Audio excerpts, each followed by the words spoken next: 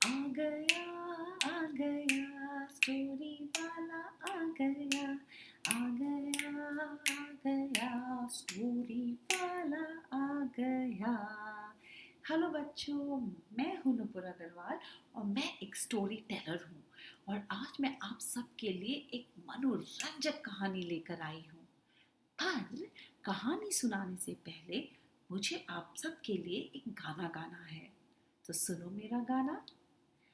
आगे चूहा पीछे बिल्ली खेल रहे थे डंडा गिल्ली। चलो मेरे साथ गाओ।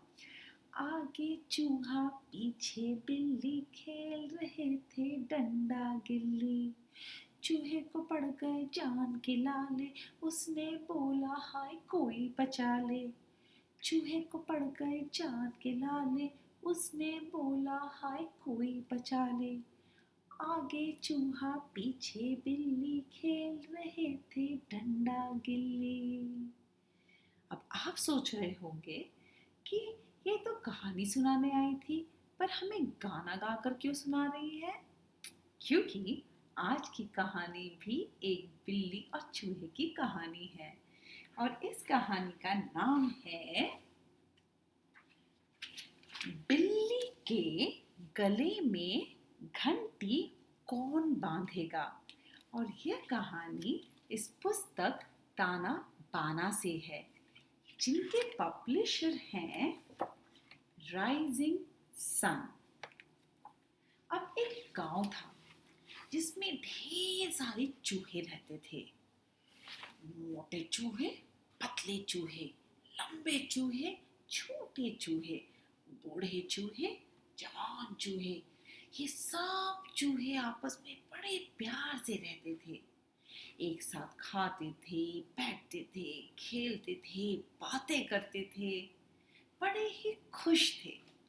उन्हें परेशान करने वाला गांव में कोई नहीं था। और फिर एक दिन गांव में एक बिल्ली आई।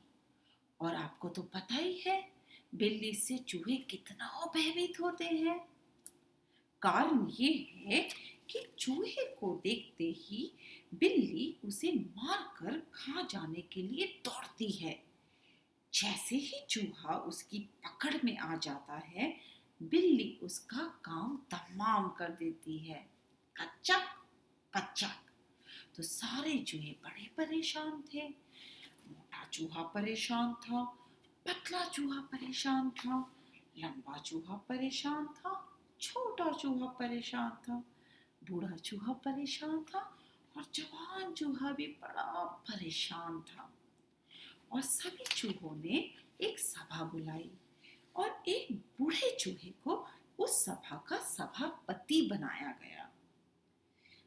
बूढ़े चूहे ने सबसे कहा, देखो, बिल्ली हमारी सबसे बड़ी दुश्मन है। वह तभी पैर आती है और फिर छिप कर बैठ जाती है। जैसे ही हमारी निगाह चूहे पे या उसकी निगाह चूहे पे पड़ती है, वह दूर झपट कर उसे खा जाती है। उसका कच्चा बच्चा हो जाता है। अरे, ऐसे तो हम सभी मारे जाएंगे। हमें इसका कोई ना कोई उपाय अवश्य खोजना पड़ेगा।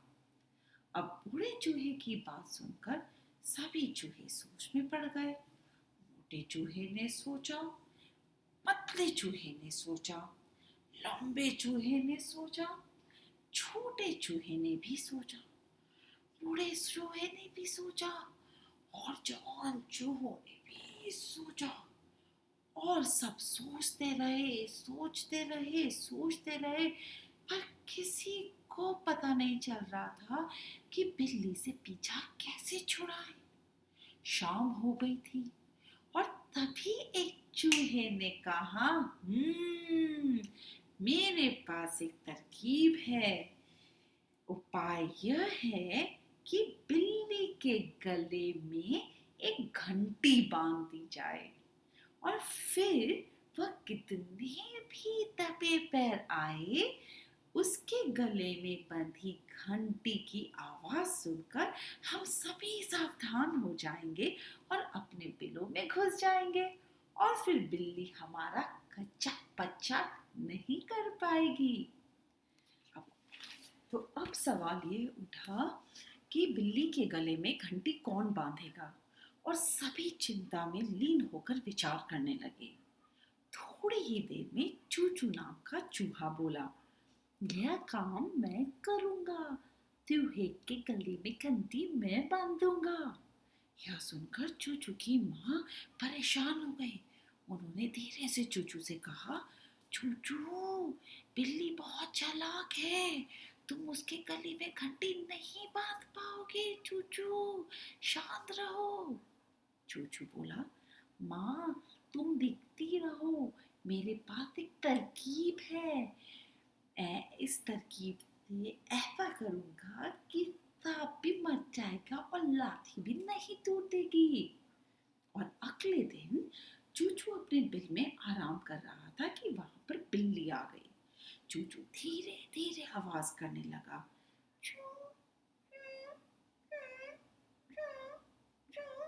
और बिल्ली चारों ओर देखने लगी।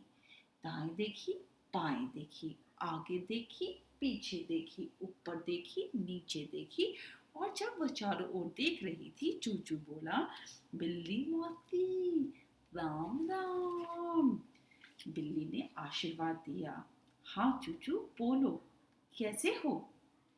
चूचू बिल में से बोला, मौसी, तुम हमेशा चूहों को मार कर खाती हो, उनका कच्चा पच्चा कर देती हो। ना मालूम अब तक तुमने कितने चूहे खाए होंगे। तुम इतनी बुरी हो गई हो, कब अपनी हरकतों से बाज आओगी?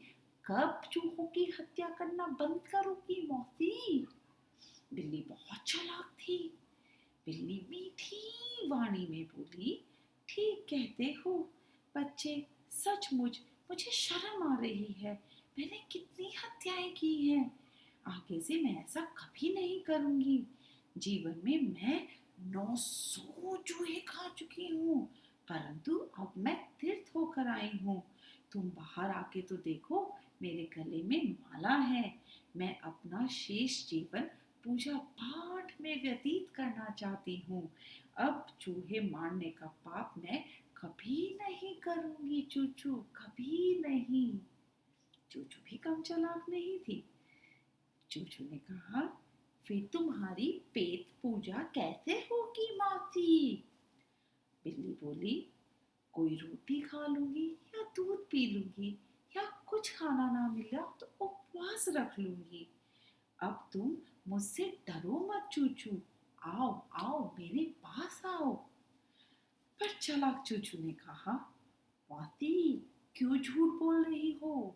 हमारे विद्वान साधु मणिचंद ने कहा है कि बिल्ली तीर्थ यात्रा करके आती है तो उसके गले में घंटी बंधी होती है।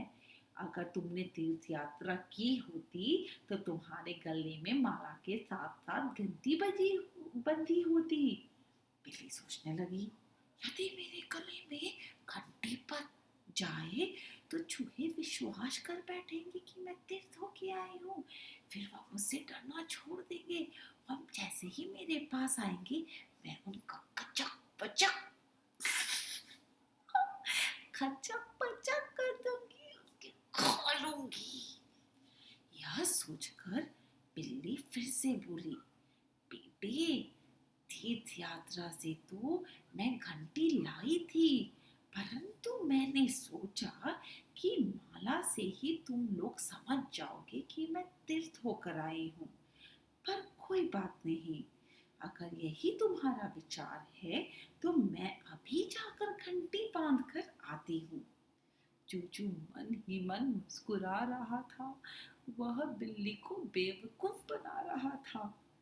थोड़ी देर बाद जब बिल्ली लौटी तो उसके गले में घंटी बंधी थी, और जब वह चल रही थी तो घंटी की आवाज से